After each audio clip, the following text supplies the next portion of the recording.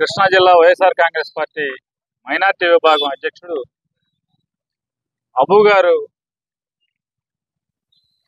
మన 15వ తారీఖున కేంద్ర ప్రభుత్వం అంటే కూటమి ప్రభుత్వం, Bharatiya Janata party, Telugu Desam party, Janasena party ఈ 3 పార్టీలు కలిసి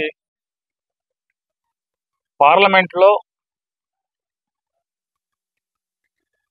1995 వక్ఫ్ చట్టానికి సవరణలు అంటే ముస్లిం మనోభావాలకి విరుద్ధంగా, ముస్లిం మనోభావాలు గాయపడేట్టుగా, వారిలో భారతీయ ముస్లింల్లో వారి సాంప్రదాయాల్లో, మత విశ్వాసాల్లో, మత ఆచారాల్లో ప్రభుత్వం సరాసరి చట్టం ముసుగులో వేలుపెట్టి వారిలో అభద్రతా భావాన్ని కారణభూతులయ్యే పరిస్థితిలో జరుగుతున్నటువంటి చర్యలకి నిరసనగా గుడివాడలో ఉన్నటువంటి ముస్లిం సోదరులందరినీ కూడా మనం నిరసన కార్యక్రమాన్ని చేపట్టాలనే ఒక ఆలోచనతో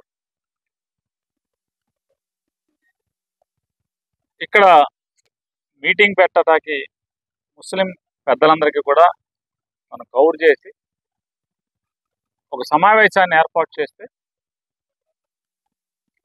కడియాల గణేష్ అనేటువంటి ఒక వ్యక్తి అబు గారికి ఫోన్ చేసి, అరే నువ్వు ఇక్కడ మీటింగ్ పెడితే నీ అంతు చూడాల్సి వస్తుంది, నువ్వు కావాలంటే బెజవాడలోనో బందర్లోనో వెళ్ళి మీటింగ్ పెట్టుకో, మీ సాయిబుల్ మీటింగ్, అంతేగాని గుడివాడలో ఏ కార్యక్రమం చేయటానికి లేదు. ఇక్కడ నా ఆదేశం అది, మీరు చేస్తే కనుక నీ అంతు చూడాల్సి వస్తుంది అని చెప్పని బెదిరించినా కూడా ఇతను లొంగకుండా ఆ సమావేశానికి వెళ్ళిన పరిస్థితి అయితే దారుణంగా ఒక సబ్ ఇన్స్పెక్టర్ పోలీస్ వచ్చి ఇక్కడ మీటింగ్ పెడతాకి లేదని చెప్పానంటే ఏ రకంగా పోలీస్ వ్యవస్థని దిగజారుస్తున్నారో కొంతమంది పోలీస్ యూనిఫామ్ తొడుక్కున్న అధికారులు మనం చూస్తే, ఇట్లాంటి వాళ్ళందరినీ కూడా జిల్లా ఎస్పీ గారు కానీ డీజీపీ కానీ కంట్రోల్లో పెట్టాల్సినటువంటి అవసరం. అంటే ఒక ముస్లింలు అందరూ ఒక సమావేశం ఏర్పాటు చేసుకుంటే ఆ సమావేశం పెట్టడానికి వీల్లేదని చెప్పిన ఆ సమావేశం మందిరానికి సబ్ ఇన్స్పెక్టర్ వచ్చి తాళం వేసి ఇవాళ పెట్టుకోబాకండి రేపు పెట్టుకోండి, ఇవాళ పెట్టుకోబాకండి రేపు పెట్టుకోండి అంటే అదేమన్నా చట్టమా, పోలీస్ యాక్టా? ముస్లిమ్స్ 10 మంది ముస్లిమ్స్ కలిసి ఒక చోట కూర్చుని మాట్లాడుకుంటా కూడా ఆ సబ్ ఇన్స్పెక్టర్ గారు తెలుగుదేశం వాళ్ళ పర్మిషన్ ఉంటే కానీ మాట్లాడుకోకూడదు అనేది ఆ స్థితిలోకి పోలీస్ వ్యవస్థను తీసుకెళ్తాం.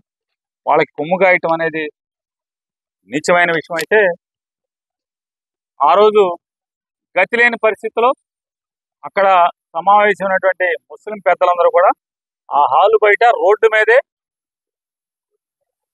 ఈ నిరసన కార్యక్రమం ఎలా చేసుకుందాం ఏంటని చెప్పని వారు మాట్లాడుకోవడం జరిగింది.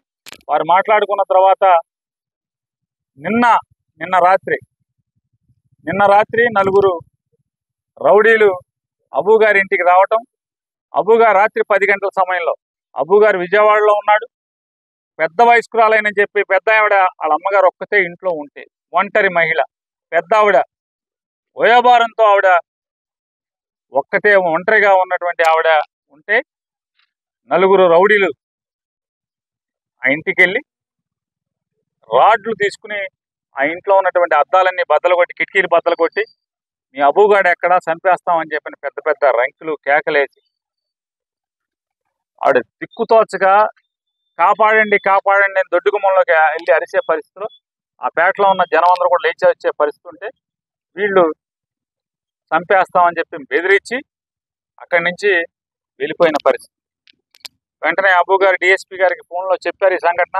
వెంటనే డిఎస్పీ గారు కొంతమంది పోలీసులను, కానిస్టేబుల్స్ని కూడా అక్కడికి పంపించడం జరిగింది రాత్రి.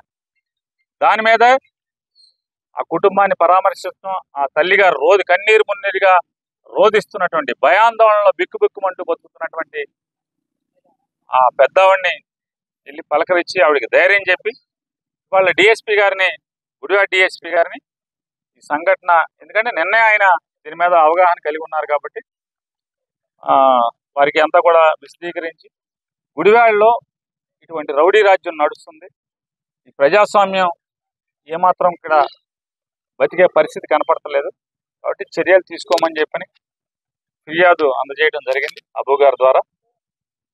గట్టిగా చట్టపరమంగా రౌడీజాన్ని అరికట్టమని చెప్పని కూడా డిఎస్పీ గారిని కోరటం జరిగింది. అది తప్పకుండా నా బాధ్యతను నేను నిలబెట్టుకుంటాను, ఖచ్చితంగా ఈ గుడివాడలో రౌడీజం పెచ్చు మేరకుండా చూస్తానని చెప్పి ఆయన చెప్పారు, చర్యలు తీసుకుంటారని కూడా చెప్పడం జరిగింది. పోలీస్ కంప్లైంట్ ఇచ్చారన్నా? ఇచ్చాం, దానికోసమే చెప్పేది.